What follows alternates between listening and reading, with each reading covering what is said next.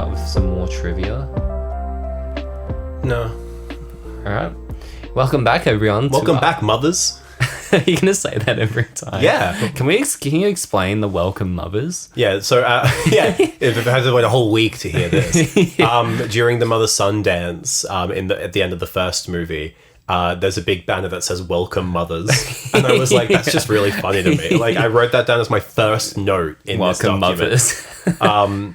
Jesus. He's gonna open every single episode of the podcast with that. Well, just for Diary of a Wimpy Kid Month. Speaking of, welcome back to the second week of Diary of a Wimpy Kid Month, where we'll be talking about Rodrick Rules, the best in the trilogy. Spoilers, which came out in 2011, so a year later. It did come out. And you watched this in the movies as well? I watched this in the cinemas as well. Yeah, same. This one will be less chaotic than our first episode because I feel like it was so chaotic recording that last episode because we didn't even talk about the ending of the movie. No, we didn't. But also, I feel like that's a very accurate representation of how that movie feels to watch. It's very chaotic. Like, a lot happened. And, even my notes were all, not chronological. They were all just as I remembered shit. But whereas Rodrick Rules and the next one, I took down notes during the movie. Yeah. So these are chronological notes. And so they have a bit more structure. Yeah. Like this movie. And like this to the first episode. one. Yeah. I like that. That's a good link. Yeah. Yeah. I'm fucking clever, dude. Yeah. Just getting some key info out of the way because it's relevant to what we were talking about. Yeah. This movie was not directed by Thor Freudenthal. I said it right this time. You did. You've been practicing. It was, in fact, this and the next movie were both directed by David Bowers, who is also the director of Flushed Away. And, great movie. And Astro Boy, the 2009 Astro Boy movie. Yeah, I never saw that. I enjoyed it. It was good. Okay. Written by Jeff Judah and Gabe Sachs, two of the people who wrote the last one. And the music was composed by Edward Shearmer, who also did the next movie as well. Yeah. It doesn't fucking sound like it. It sounds exactly the same as the first movie. Edward Shearmer has collaborated as a keyboardist and arranger with Eric Clapton, Peter Gabriel, Annie Lennox, Pink Floyd, Bryan Adams, Jimmy Page, and Robert Plant from Led Zeppelin. Yeah. His Wikipedia page is it's astounding. Yeah. He worked on orchestration, on License to Kill, Die Hard, Lethal Weapon.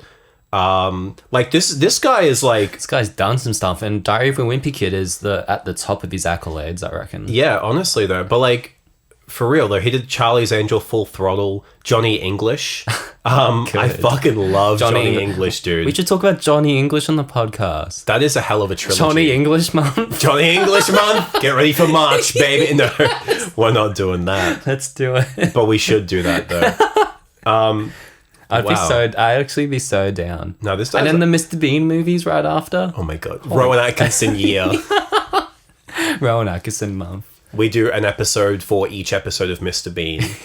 Then we do the 10-minute episodes. Why can we not ever get through a podcast without planning for future podcasts on the air? It's very funny. We're never going to be starved for content.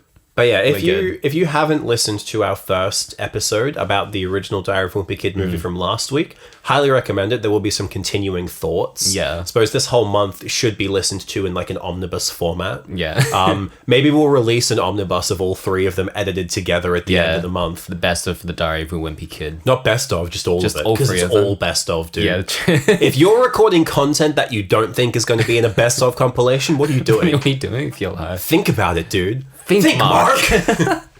But not like Markiplier. We're not doing that anymore. No, I mean... Except last week. Like last week. You said we weren't going to. But yeah, so this movie opens up...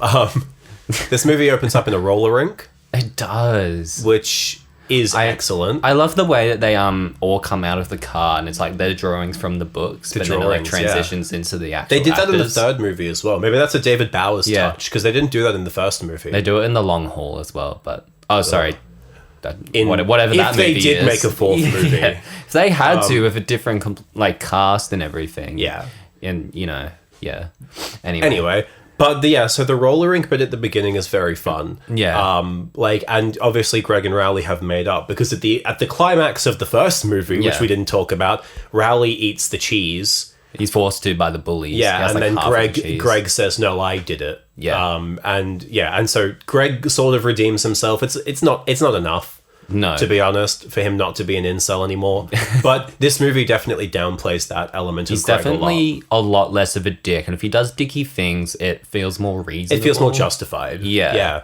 Which is good. Yeah, I was glad to see, obviously, that at the beginning they wrote all that out real quick. They're like, no, I gave the cheese touch to the new kid. Yeah. Riley and I are friends. Yeah. Let's get going. I want to bang this, like, Holly Hills girl.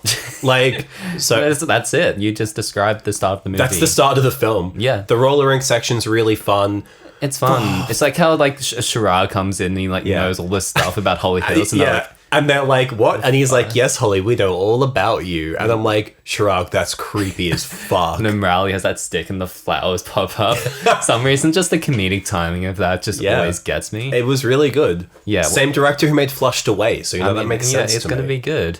And when Fregley, I thought for the longest time that Fregley made the pizza for everyone, and that's why they thought it was so gross. I don't know why that's what I thought. It's so obviously laid out. I wasn't a bright kid. Well, obviously. Look at how you've turned out. You're like a regular old Fregley, dude. Come on, man. I mean... Yeah. Yeah. As we discussed last week, if you had red hair, you would be Fregley. Yeah. Pick your nose and fucking chase me around with...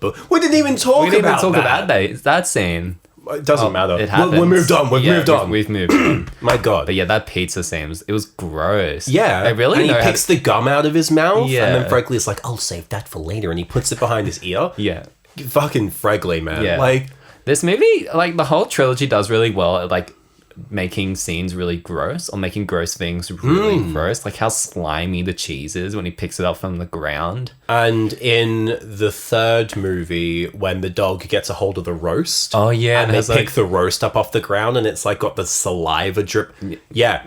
Next movie. There's a lot of really gross shit in these movies. It's like close to a horror movie. Yeah. Which I guess we'll get to. Dude, in this movie, there are some genuine jump scares. Scarier than Five Nights at Freddy's. That's not a joke. It legitimately was. This movie is scarier than Five Nights at Freddy's. Put that at the start of the reel. That's the thumbnail. Hey, guys. Scarier than Five Nights? So chronologically, I did take notes during this movie. Nice. Going down the list. The surname curse at high school. So accurate. Yeah. As a teacher, as like I've now taught siblings. Yeah. And like there's been like a kid that I've taught and I've been like, oh, thank God that's over. And then like I'll see like a sibling come through and I'm like, fuck.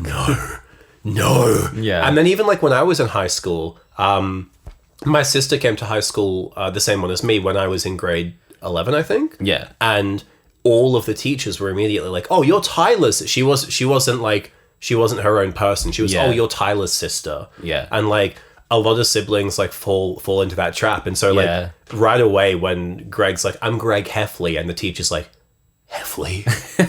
Yeah. Greg Heffley? And he's like relation to Rodrick. Yeah. And I'm like, damn, that's so real though. Yeah.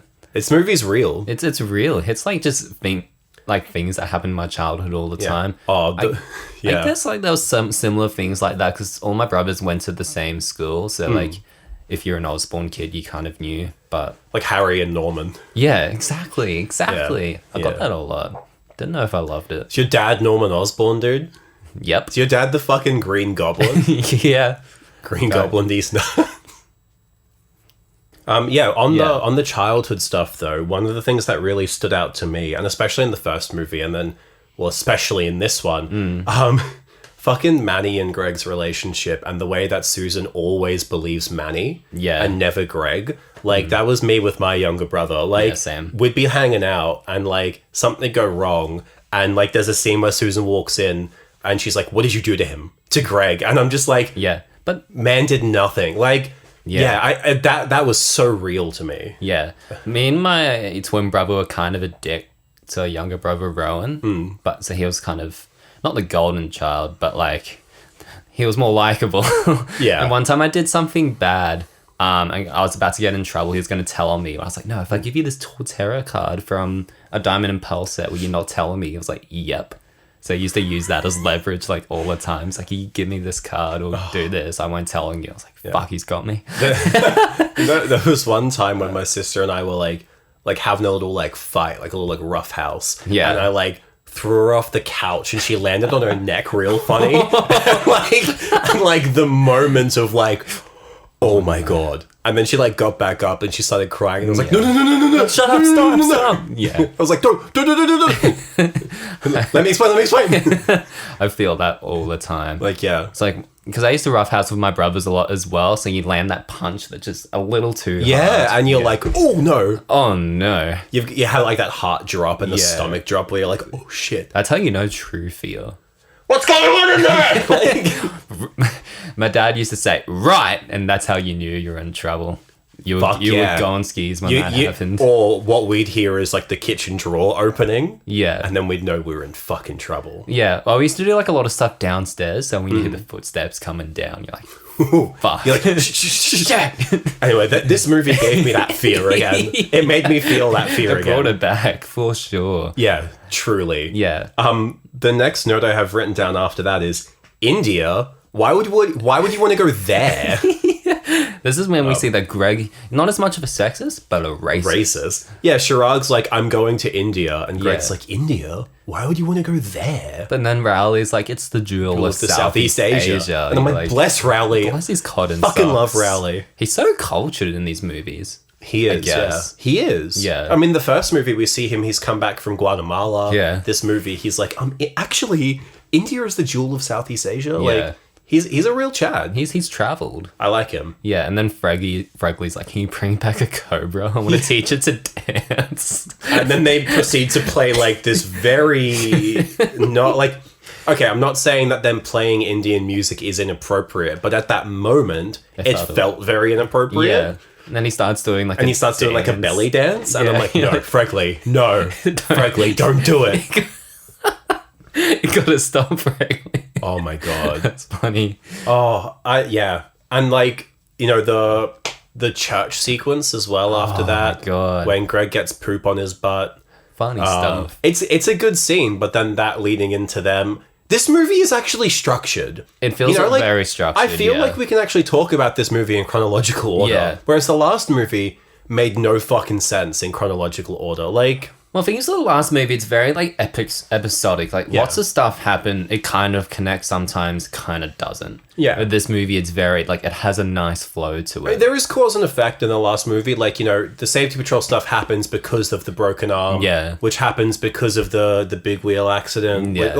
Like it is cause and effect, but it just feels like it's like a yes and. Yeah. Whereas this movie is actually like, it has a flow to it. There's a flow to it. Like, because like, and even then, the next note I have written down is a quote from Rodrick when he's locking Greg in the basement. But then I'm like, why does he get locked in the basement? Oh, because he attacks Rodrick at church because of the candy bar poop stain. Yeah. Because he's trying not to embarrass himself in front of Holly. Like, it actually has a flow. Yeah. I didn't write any of that down, but I that's know off the cuff. That's off your brain, dude. But I know it happened because it feels natural to talk about it in that order. Yeah. It's a bit more, I guess, memorable, I guess. I don't know why. Yeah, the structure is just more solid. Yeah. But like the church sequence is fucking funny. Yeah. When it pans up, when Greg jumps on Rodrick and he starts beating the shit out of him in the church. Yeah. When it like the camera like overhead like pans up to the ceiling and you see a woman fainted in the front row like I never fanning herself. noticed that. I've never noticed it before. Funny stuff. It fucking sent me, dude. Yeah. But then like them then getting like grounded at home is Yeah. There was some like great background acting with Rodrick in that church scene. How they go to sit down. I think they're all standing and he doesn't like sit down straight away. No, he sits down and his dad's like, stand up. Yeah. And he stands up and they're like, please be seated. And then everyone else sits and he he's stays just like standing. Like, yeah. fucking great. It's so good. All the background acting in this is just great. Like the extras remind me of like the Spider-Man trilogy, like Raimi extras. Yeah. You know? Like they're just so over the top and they're fucking great. But even Steve Zahn, like, especially in this movie, at the start when fucking Susan is talking about the mum bucks. Yeah, and he's just like... He's just standing in the background. He's like pulling these faces. Yeah. Amazing. It's so good. I love it. And then when they get out of the car and he's just like trying to rub the stain out. He's just like rubbing. And he's like panting. He's like panting. What are you like a doing? dog. He's a fucking freak, dude. Yeah. I love him so much. So good. That scene's great. I love it. Yeah, it's a great scene. And then obviously leading to them not going on holiday with the family, Yeah. staying home. They start to cooperate, and I'm like, Yeah. okay. And then Rodrick locks him down in the basement. Yeah. And the next line I wrote down was when he's like, "Nice try, Greg, but you'll have to do better than that. Because whatever you thought, whatever you thought, I already thinked it." And I'm just like, dude. they give Rodrick so many lines like that. Yeah. That like when you listen to it, you're like, oh yeah. Then if you listen to it again, you're like, wait, hang on a second. Wait a Like, minute. It's interesting because they kind of play him off as this dumb guy, but he's also like kind of smart and calculating genius, in a sense. And you see that a lot in the first movie with like the pranks that he plays on Greg, and in this one especially. Yeah. But it's He's smart when he great. needs to be. It's great. And that party sequence is just excellent. Yeah. Fucking Rowley leading a conga line. Just like, starts dancing, and then Roderick's friend's like, "You can't take the kid out. It's gonna like No. He really doesn't say that. embarrassing." He's like, you can't beat up the chubby kid. He's like, girls love the chubby kid, or something like Yeah. that. And I'm like, Jesus, You're dude. like, "Oh my god." They really are picking on him. Yeah, they it's a bit fat phobic, yeah. Yeah, just a touch. But yeah, it's a great scene. And like even great, like the one time that they agree with each other, Greg and Rodrick, when like Rowley starts dancing, and Greg's like, "If you kill me, like please kill me, yeah, it's like, I'll be please kill fine me." with that. Yeah, And then they all it's like a heartwarming scene near the end. They all join in. and there's like it's just photos, the photo montage.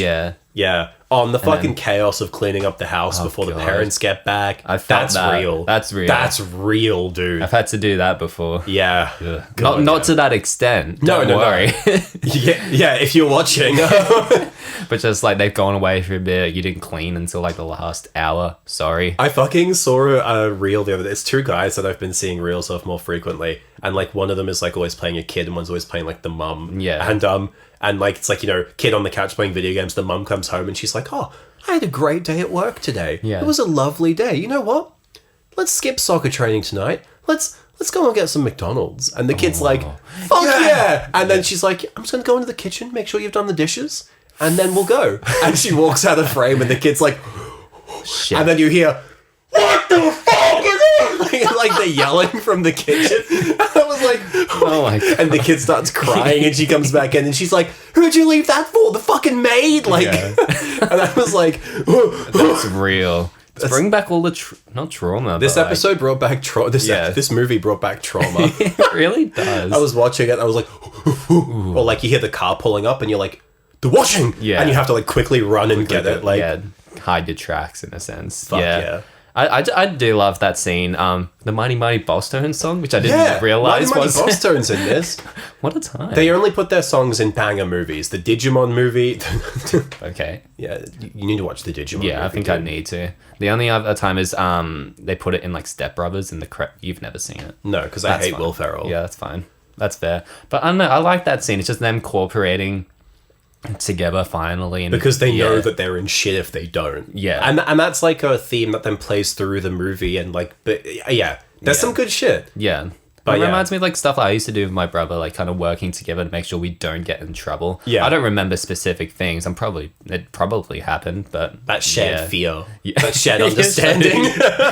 You live through the war, like you get it. God, yeah. But yeah, and then that's the scene when Steve Zahn comes in and he's like questioning Rodrick. Yeah. And he finds General Grant on the thermostat. They're not toys, they're figurines. They're figurines!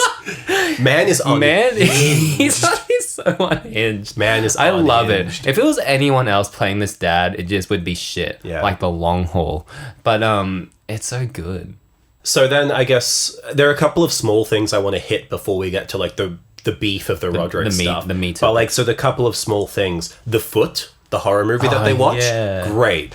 Like Yeah. that idea of your friend coming over, putting on a horror movie that you guys shouldn't watch, Yeah. and then getting the shit scared out of you by it. Great. Yeah, That's good stuff. classic. But just the stuff that happens in the foot, it's just genuinely funny as I thought I heard well. someone hopping. Just like this foot just like bouncing in the hallway. And then the guy screaming like a girl, because that's funny. That's really funny. That's really funny, because he screamed like a girl. I mean, I thought that was funny back in the day. I mean, yeah, it was, because it was 2011 and it was fucking funny. Yeah, it was. Fucking was funny. And then when I she's still in the laugh. bed and then like the foot, like She's like, man, you need to clip your toenails. And he walks out and he's like, what's going on?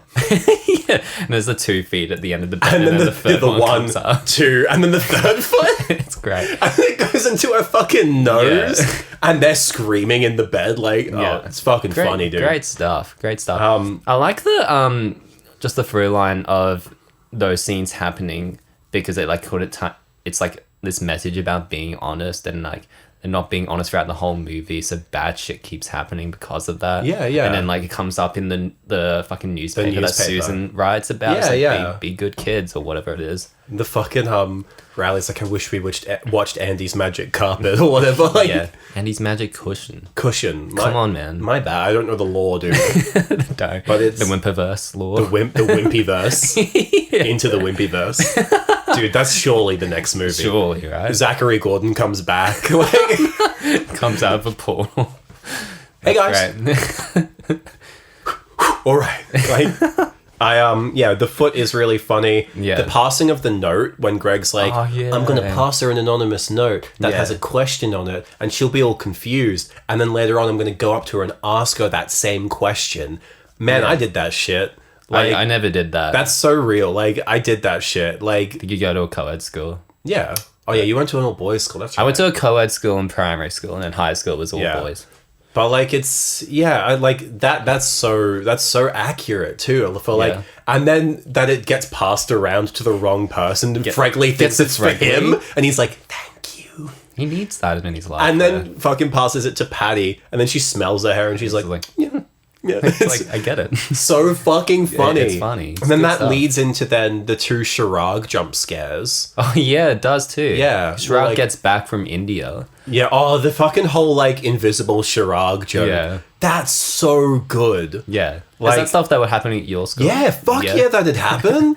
We'd just like pick one kid and we're like, cool, this week, that kid is our fucking victim. The For guy's like that the guy. whole school. That guy's the outcast. Yeah, we were like, let's fucking pick on him. And the next week, he'd join in and we'd all pick on someone else.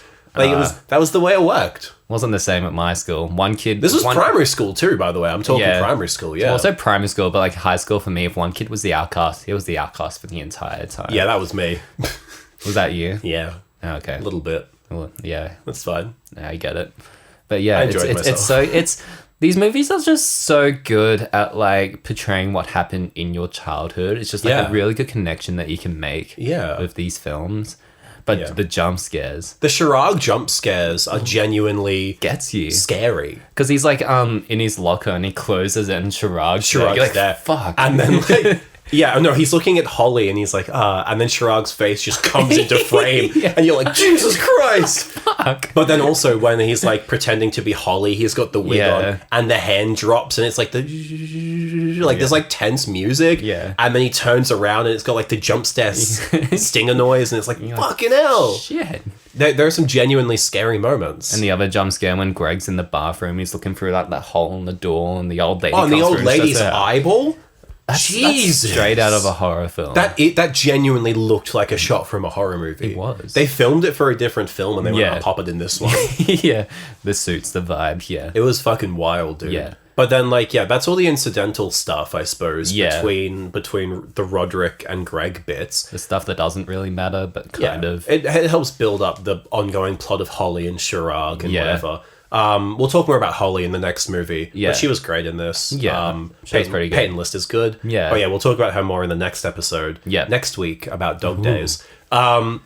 The Rodrick and Greg sequence of them going out, like, and like going to the mall, like throwing the fake vomit on cars. Yeah. There's like that genuinely nice moment when he's like, Holly called me Fregley. Yeah. And Roderick's like, hey, like, she probably really likes you. Yeah. Like, it's like a really nice moment. It just like shows that Rodrick can be a really nice guy. And I just love that side to him. Yeah. I just wanted to go back just to when Susan finds out that the door is broken. Oh, yeah, because before this, Greg like fesses up Yeah. about it to Susan, yeah. But he kind of does, kind of doesn't. Yeah. Because she talks to Rodrick, he's like, I've got no fucking idea what you're talking about. And like starts Yeah. gaslighting her. Gaslighting Dude. champion. Yeah, he really is, isn't Yeah. he? And then Susan comes up, sort of gets it out of Greg. But Yeah. he doesn't, he budges, but not really. But then, yeah. And then Rodrick comes in. He's like, "You're not as lame as I thought you were." He like runs off. Yeah, and then it just starts getting better for them. Like, Rodrick starts teaching him about how to like live the easy life. Yeah, Roderick's rules. He's like, don't do something, like, don't be good at something you don't want to do. I get that. Like, I get that. Yeah. It's like, always lower their expectations. Like, yeah. Well, he gets a C- instead of failing. And it's just like, and guess you didn't Dad's fail. like, yeah, guess you didn't fail. I get that. And Susan gives him that look of like, what the fuck are you talking about? It's good stuff. It's fucking I just funny. love all those scenes. And then when he's Greg's talking to Rodrick about the note, Yeah. and he's like, "Oof, man, that sucks." A note with words on it? Yeah, I remember that scene. It's like during that montage when he's like saying what the rules are to the camera, and he's like pointing the drumstick to the thing and like hitting himself and doing the karate moves. I remember finding that really funny for some reason. I found it funny last night when we watched it. It's good stuff. Like, it's a well shot, like, action sequence. Yeah. Like, I like Devon it. Bostick just adds so much charm and character to Rodrick. Yeah. I couldn't imagine anyone else playing it. I can't imagine anyone else playing Roderick. It's just he's my favorite part of the whole trilogy. Oh, same. He is easily the best part. Yeah. And he gets to deliver some of the best lines in the whole trilogy. Yeah. Like, and yeah, like that, and it's not even the funny lines too, but the really tender moments between him and Greg. Like, yeah, when they're behind the bush and he's like, "I'm sure she really likes you." Like, and then them running away from Post Malone. Yeah. And he's like, "Everywhere you go, it's me." And then when they get home, they're like making fun of that. They're like, riffing with each other. yeah, it's so funny. But then the best fucking scene, like when they're looking through the photos from when it's revealed that there was a party, and then Roderick finds out that Greg told Susan, and then the dad finds out, what's the fucking dad's name? Frank. Frank finds out that Susan knew, and then Roderick, like, It's a really well shot scene. it's a very like cutting between and But then that fucking final moment of that, when the two parents walk off and Roderick walks away and Greg's like, I'm sorry. And he turns back and he says, "You're my brother, but you'll never be my friend." Man, I've heard that before. I was like, fucking hell, dude. But like the way he delivers it too. Yeah. It's It's genuinely just like not gave angry. me chills. He's just like fucking disappointed. Just genuinely gave me chills. Yeah. Like, it was really fucking good. And then the next scene. Yeah. When they're walking down the stairs and like delivering the punishment. This is like the only time like Steve Zahn is like very like on the same side as the mum. Yeah, He's not doing any of this. Frank weird, and Susan are a team. Yeah, they're a team. Yeah. We're a team against them. Yeah. Good shit. It is good. That was a good sequence. But they're like, "Oh yeah, Greg, you're grounded for 2 weeks, whatever." Yeah. And then he's the ringleader or something. So he's grounded for a month. He's like, "All right, I'm sorry, won't do it again." Yeah. And like the mum's like, "You can't go to you can't perform Playing the talent show." Yeah, and he's like, "What?" The acting for that. Yeah, and he's like, "Ground me for a year, please." But he's like, "But you have to let me play." Like, I felt that, man. Like, every time I watched that scene as a kid, I would get emotional. Same. It's like, fuck. That's what he wants more than anything in the world. And I'm like, I would cop punishment for a whole year if it meant, like, that It's seems just like really a real. little too much, but like this movie is really like real. It's realistic. I think everything in it is just really solid. Yeah, and he's like walking up the stairs, and he's like, "You're dead" to Greg, and just oh man, the acting is just top tier. I can see why they cast him in Oppenheimer. He's really fucking good, dude. Does he have a good role in that? I haven't watched it. You watched it. I didn't. Oh, I keep telling you, we didn't end up watching it. That's right. Yeah. I haven't watched it either. All right. We'll save it for Devon Bostick month. Something we forgot real quick before we work through this chronologically. Rowley's lip sync to Kesha at TikTok at the start. Oh my God, I didn't even write that down. I got it. I just wrote Rowley's lip sync. Yeah. His lip sync to Kesha. Yeah. Iconic. Wow, that aged well. I remember when this film was being advertised and they used that scene in the trailer at the start. Good shit. I do. And that obviously TikTok was massive. Oh God. I had that song on my Nokia E63. I'd listen to it while I walked to school. Yeah, that sounds about right. It brings me back just from that early 2010s period. Christ, yeah. Bring me back. So good. It's actually unreal. Yeah. But then also these movies, like, they took me back to that time, but they still felt really relevant. They're timeless, I think. I think timeless is a good word for them. There's nothing that really ages these movies. Like, No. I'm going to bring it up. It doesn't exist, but if it were to exist in the long haul, it's very like, how do I explain it? There's a lot of like references to like YouTube It tries and to be game. current. It tries to be current, yeah, like YouTuber and like gamer YouTubers, and the kid's always on his phone. It's just like, it's very specific to late 2010s, and I don't love it. I think one of the things that does it for me is like, I think it's technology always ages a movie, and references to technology or current trends always age a movie. Yeah. Like, the kids have cell phones, but like, they never are seen very much. And like, the home phone is still, like, that still looks like a modern home phone. Yeah. Like nothing ages a movie faster than technology. Yeah. And these movies are really clever in the sense that they don't really show technology at all. No. They don't really show computers that much. They don't really I have show... like the MacBook, but it still looks like... But they only really show the back of the MacBook. The one thing that ages it for me is when they show the YouTube home screen. Yeah. I'm like, whoa! That's an old one, but it still doesn't even really age that badly, because that's still basically YouTube. It's not far off. It's not far off, so... But it's fine. there are definitely things that could age it, but nothing does, and I really like that. Yeah. But yeah, I suppose there is also... just before we move on to the talent show, like the finale, there's the whole retirement home sequence, which is fun. Gives Greg and Holly a bit more stuff to talk about, like strengthens their relationship, shows Rodrick trying to destroy Greg's life actively. Yeah. That's the thing. I was talking about my partner last night. It's more so about the dog days. But, like, I think all the side plots kind of work well with the main plot. Yes. Like, the stuff that happens with Rodrick, lets Greg be able to talk to Holly about it more and lets him connect with her. Yeah, I really like it's a good that. in for them to, like, make a connection. And then also, like, the way that then that plays out in the talent show, Rodrick can't perform, Rowley needs someone, Greg volunteers to help, but he doesn't want to because of Holly. Yeah. Like, it links together. It's intricate, but it makes sense. It all follows a logic. Yeah. Which I really like. I really like it, and I don't think the other two movies do it as well. They don't, no. The first movie does it okay, third doesn't. The third does not, but that's next week's problem. Yeah, but I just wanted to say that because, it works really well. I certainly agree. And when he spits milk all over Greg. Yeah. Funny stuff. The nursing home sequence was fun. I really liked the actor playing the grandfather. Yeah. But yeah, like, it was fun, but like, the whole time I was just waiting for it to end so we could get to the talent show. The talent show. And the talent show was great. It's iconic. Highlight of the entire trilogy, Rodrick crying when Patty's singing Memories from Cats. So good. She's like singing her heart out on stage, and like, and the dad's like Frank's just like got this real confused look on his face, and it pans across to Rodrick, who's like fucking like sobbing. He's like, well, like before she gets like to like the climax of the song, Steve Zahn's like falling asleep, so they're not really paying attention. Rodrick's just like, ugh, fucking hell.